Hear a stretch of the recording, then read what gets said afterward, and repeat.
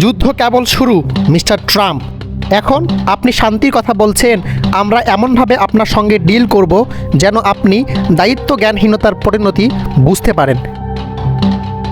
ইরানের রাষ্ট্র টেলিভিশনের প্রোগ্রামে এমনভাবে হুঁশিয়ারি বার্তা দিয়েছেন ইরানি একজন উপস্থাপক। ইরান ইন্টারন্যাশনাল লাইভ প্রতিবেদনে এ তথ্য জানানো হয়েছে।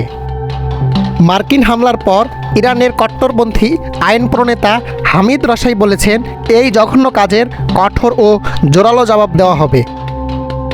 এছাড়া ইরানের রাষ্ট্র টেলিভিশনে আরও বলা হয়েছে যে এখন থেকে এই অঞ্চলে বসবাসকারী প্রতিটি আমেরিকান বেসামরিক ও সামরিক কর্মীকে হামলার বৈধ লক্ষ্যবস্তু হিসেবে বিবেচনা করা হবে। এদিকে ইরানের 3টি পারমাণবিক স্থাপনায় হামলার পর জাতির উদ্দেশ্যে ভাষণ দিয়েছেন মার্কিন প্রেসিডেন্ট ডোনাল্ড ট্রাম্প। তিনি বলেছেন, ইরানকে এখনই শান্তি স্থাপন করতে হবে। দেশটি যদি এটি না করে তাহলে ভবিষ্যতে আরও বড় হামলা হবে। দেশটির স্থানীয় সময় শনিবার রাত 10টায় হোয়াইট হাউস থেকে জাতির উদ্দেশ্যে দেওয়া ভাষণে ট্রাম্প আরও বলেন, আমি বিশ্বকে আজ রাতে জানাতে পারি, ইরানে হামলা ছিল অসাধারণ সামরিক সাফল্য।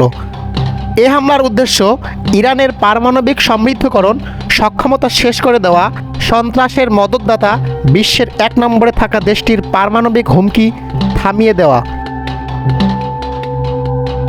এদিকে হামলার পর ট্রাম্পকে অভিনন্দন জানিয়েছেন ইসরায়েলের প্রধানমন্ত্রী বেনিয়ামিন নেতানিয়াহু।